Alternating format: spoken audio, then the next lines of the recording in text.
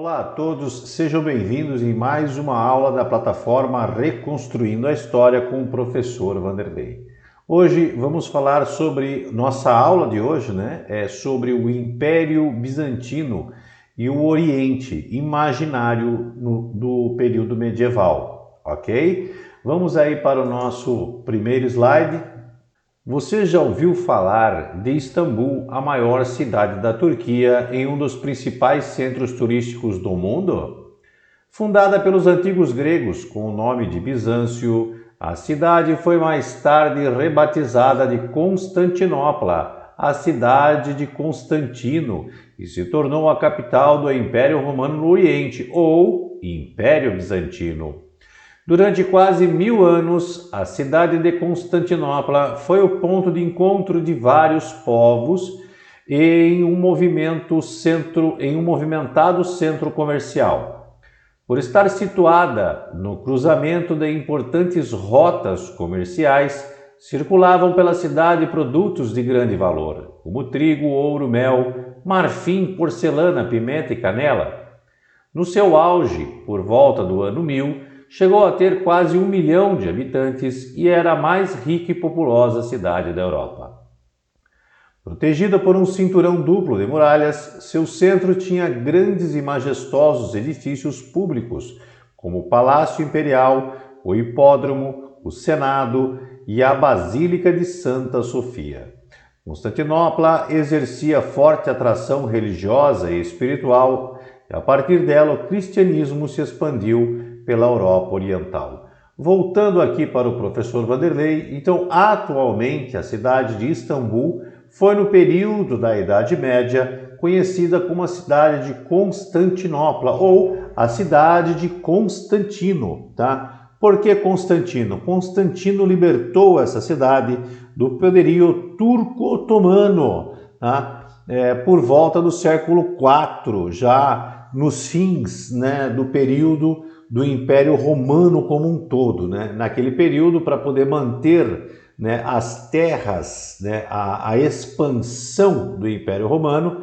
O Império Romano foi dividido em duas partes, o Império Romano do Ocidente e o Império Romano do Oriente, e cada Império Romano tinha o seu imperador. No caso do Império Romano do Oriente, foi Constantino que se tornou imperador, libertando a cidade de Bizâncio do poderio dos turcos otomanos. E por esse fato, a cidade que deveria se chamar Nova Roma passou a se chamar Constantinopla, a cidade de Constantino. Ok? Vamos para o nosso próximo slide. O Império Bizantino. No Império Bizantino, o imperador comandava o Estado, o exército e a igreja. Considerado representante de Deus na terra, o imperador era geralmente retratado como um santo. Um dos imperadores de maior destaque do Império Bizantino foi Justiniano, que governou no século VI. Ao lado de sua influente esposa, Teodora, recuperou terras ocupadas pelos germânicos, conduziu a construção de estradas e de igrejas e fortaleceu o comércio pelo Mediterrâneo. O maior símbolo de riqueza desse reinado foi a construção da majestosa Basílica de Santa Sofia em Constantinopla. Uma das principais obras do governo de Justiniano foi a criação do Código Justiniano, produzido a partir da compilação das leis do direito romano. O Código combinou e consolidou as leis romanas. Um adendo aqui embaixo, vamos dar uma lida aqui. O trabalho de Justiniano foi atribuído, inclusive essa citação, ela representa até uma homenagem ao jurista responsável pelo Código Justiniano. Vamos lá. O trabalho de Justiniano foi atribuído a uma comissão em que despontava o jurista Triboniano, que ele não se cansa de elogiar. Esse jurista, principal colaborador, era professor de Direito da Escola de Constantinopla. Triboniano cerca-se de juristas, professores e advogados, com os quais inicia enorme trabalho de compilação. Foi eficazmente auxiliado nessa missão por Teófilo, outro professor da mesma escola. A missão dos compiladores completou-se em 2 anos. Então, voltando aqui para o professor Vanderlei, o Código Justiniano, né, até hoje ele serve como base, assim como o Código de Direito Romano, o Código de Direito Justiniano serve como base do direito penal, direito civil, né, direito social até hoje, né, nas democracias, assim colocando como um dos seus poderes, né, o poder judicial, tá bom? Então, Justiniano foi conhecido justamente porque nesse período, né, ele conseguiu reconquistar vários territórios que os bárbaros, após a queda do Império Romano do Ocidente, conquistaram, tá? Justiniano empreendeu uma expansão do Império Romano do Oriente, tá? Vamos dar uma olhadinha aqui, ó lá. Voltando então para o slide, aqui segue o mapa do Império Bizantino no governo Justiniano, período de 527 a 565 a.C. Então toda essa área onde nós vemos aí numa cor rosa, né, é a expansão do Império Romano do Oriente no período do governo de Justiniano. Podemos ver aí a posição onde fica Constantinopla, tá? É a única posição de terra firme, né, que liga a Europa, né, o leste da Europa, leste e sul da Europa, tá? A região do Oriente Próximo e ao Oriente Distante. Então, por isso que Constantinopla fica na encruzilhada, no ponto principal que liga essas duas regiões. Por isso, coloca-se então como uma cidade com um grande centro comercial. Podemos ver aí que o Império Romano do Oriente, ele não só pega o Oriente Médio, como conhecemos hoje, pega o noroeste da África, incluindo o Egito, né, chegando até Cartago, tá? E ainda ele pega o Estreito de Gibraltar, ele domina o Estreito de Gibraltar, ou seja, o sul da Península Ibérica, o sul do que conhecemos hoje como Espanha, tá? E o norte, né, o extremo norte da África, onde fica a cidade de Ceuta, e ali temos o Estreito de Gibraltar, ou seja, para que você saísse para o Oceano Atlântico, né, navegando pelo mar Mediterrâneo, essa é a única passagem, né? E ele dominou essa região também. Voltando aqui para o professor, então, no domínio de Justiniano, tá, no século VI depois de Cristo, isso ocorre e torna Justiniano um dos imperadores, né, do Império Romano do Oriente mais famosos, né, dentre os quais figura aí o próprio Constantino. Tá bom? Vamos aí para o nosso próximo slide. A sociedade bizantina. A sociedade bizantina era composta de grandes proprietários, altos funcionários do governo, comerciantes, artesãos, camponeses e um pequeno grupo de escravos. Nas grandes propriedades do interior, os camponeses cuidavam das plantações e dos animais, devendo pagar tributos ao Estado na forma de produtos. Por volta do século IX, Constantinopla oferecia diversas opções de lazer para seus moradores. Nos teatros ocorriam apresentações de dança, de circo e de música. As corridas de cavalo, realizadas no hipódromo, eram um dos divertimentos mais populares da cidade. Em geral, os aristocratas e as camadas médias da cidade, incluindo as mulheres, sabiam ler. As mulheres, porém, se dedicavam principalmente à tecelagem, ao preparo de cosméticos, e algumas imperatrizes tiveram papel político de destaque, como Teodora, né, esposa de Justiniano, né, entre 525 e 565, e Irene, entre 592 e 802, que se autodenominava Basilessa nos documentos oficiais. A mulher bizantina tinha mais autonomia e autoridade na estrutura familiar do que na sociedade ocidental daquele período. Teodora, esposa de Justiniano, influenciou diretamente as decisões políticas do imperador. Voltando aqui para o professor Vanderlei, isso é importante, tá? Tem uma história que reflete esse poder, principalmente de Teodora, tá?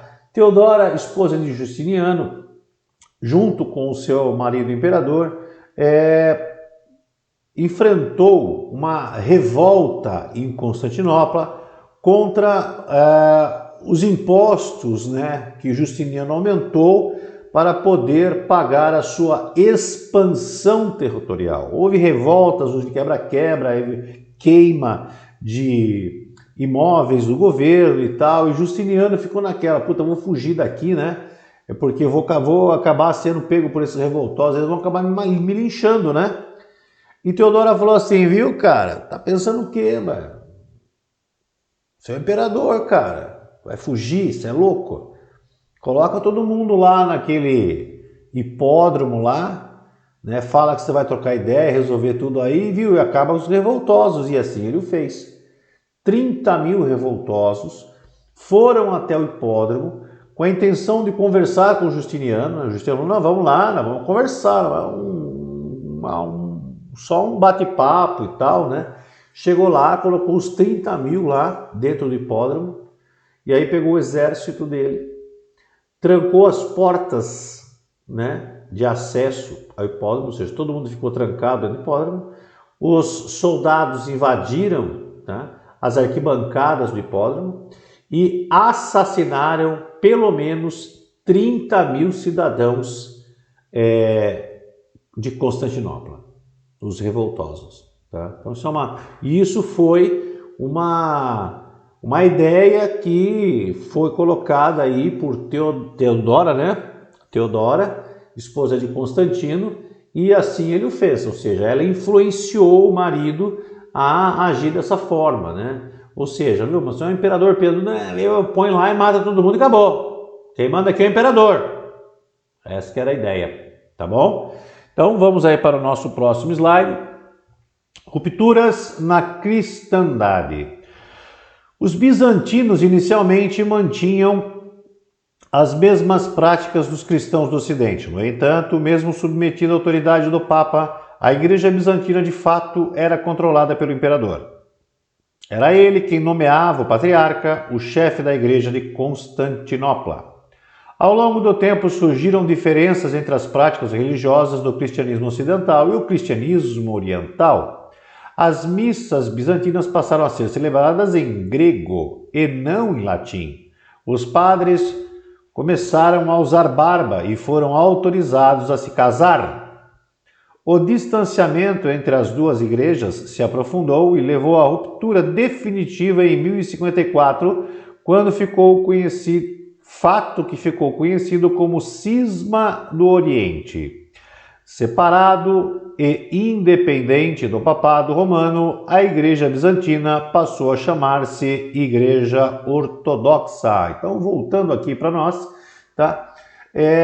Esse cisma, que vamos dizer assim, cisma do Oriente, né? Denominado essa ruptura com a Igreja Católica Apostólica Romana, ocorre principalmente porque a Igreja, né, que se situava na região onde era dominada pelos germânicos, né, ou seja, o Império Romano do Ocidente, não existe mais. E a Igreja Católica Apostólica Romana, ela se fortalece nesse período, tá? E para manter esse poder, ela quer também o controle de Constantinopla. Só que o Império Romano do Oriente ainda existe. E quem quer o poder na mão é o imperador, horas, não é?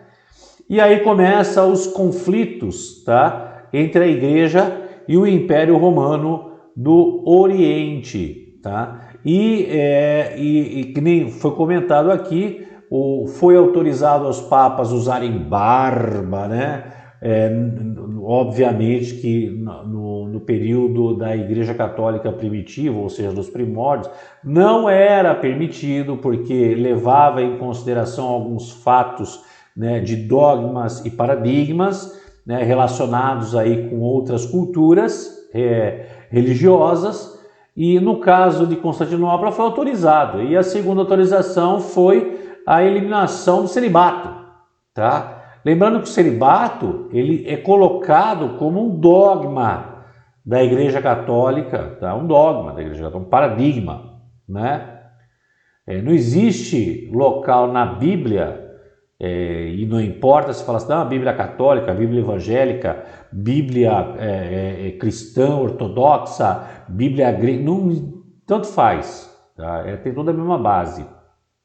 Não existe nenhuma situação colocada dentro da Bíblia que o clérigo, né, o religioso, né, o padre, o sacerdote católico, né, deve ser um indivíduo que cumpre o celibato. Nunca houve, não existe nenhum lugar na Bíblia que diz isso. Isso é uma determinação, é uma regra da Igreja Católica Apostólica Romana.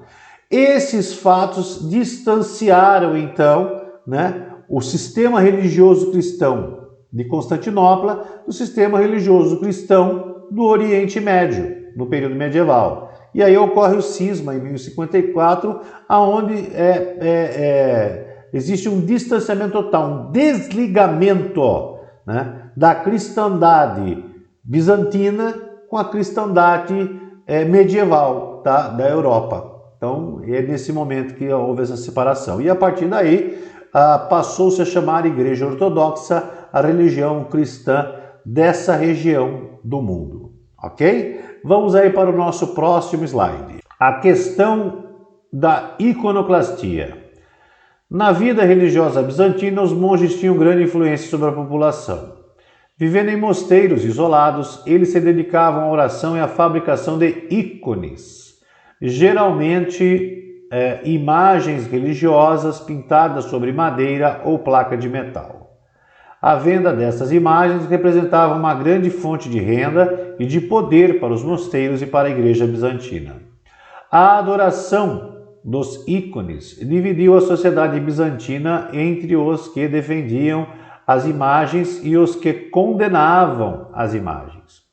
No século VIII, o imperador proibiu o culto dos ícones por considerá-los prática de idolatria. A decisão provocou várias revoltas populares lideradas pelos monges. O governo reagiu perseguindo os monges e ordenando a destruição dos mosteiros. O conflito ficou conhecido como a questão iconoclasta e se estendeu até o século IX, quando o culto às imagens foi liberado, com exceção das esculturas, tá? Só para você ter uma ideia, idolatria significa o culto às imagens que representam materialmente uma divindade. Voltando aqui para o professor Vanderlei, então, para quem é evangélico, né, no caso do Brasil, evangélico presbítero ou protestante, tá, não é nenhuma novidade, né, essa situação da idolatria, né? Você não diz em determinados textos bíblicos, né, que você não pode idolatrar nenhuma imagem, porque o Deus é único e o Deus não tem nenhum tipo de forma. Então você não tem esse conceito, né? Aliás, você tem esse conceito de acordo com uma determinação em um pedaço da Bíblia. No caso da Igreja Católica Apostólica Romana, nós temos aí vários santos, a imagem de Cristo crucificado, a imagem da Santa Ceia, a imagem do local, do perímetro que Jesus andou carregando sua cruz até o Santo Calvário, né? Então tem uma série de imagens que são colocadas nas igrejas, que são divulgadas, né? E nesse contexto existe lá uma explicação que isso não é idolatria e vai adiante, não é o caso de a gente ficar debatendo o assunto. Mas no caso da igreja ortodoxa da época, do século VIII, né,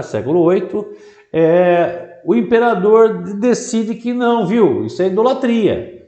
Se você colocar lá qualquer tipo de ícone religioso e você ajoelhar na frente dele e começar a rezar, você está idolatrando aquele ícone. Então ele proibiu, os monges foram contra, por isso que era uma fonte de renda deles, e esse imperador aí perseguiu os caras, destruiu os mosteiros, foi um conflito grande, tá, e sangrento, mas depois de alguns séculos isso já foi resolvido, tá, e foi liberado os ícones a serem comercializados novamente, com exceção das esculturas, tá? As esculturas não poderiam ser produzidas, porque aí você colocaria ela no lugar, e você ficaria rezando embaixo dela, e você estaria idolatrando aquela imagem. Então, né, tipo assim, meio que divergente, né, em termos do conceito em si. O que tem de diferente uma escultura e uma pintura? Coloca uma pintura lá e através dela você vai orar, né? Então realmente é mais para apaziguar os ânimos, né, e proporcionar uma fonte de renda para a Igreja Ortodoxa, ok? Foi uma grande satisfação estar com vocês aqui novamente, espero encontrá-los numa próxima aula. Um grande abraço a todos e até lá!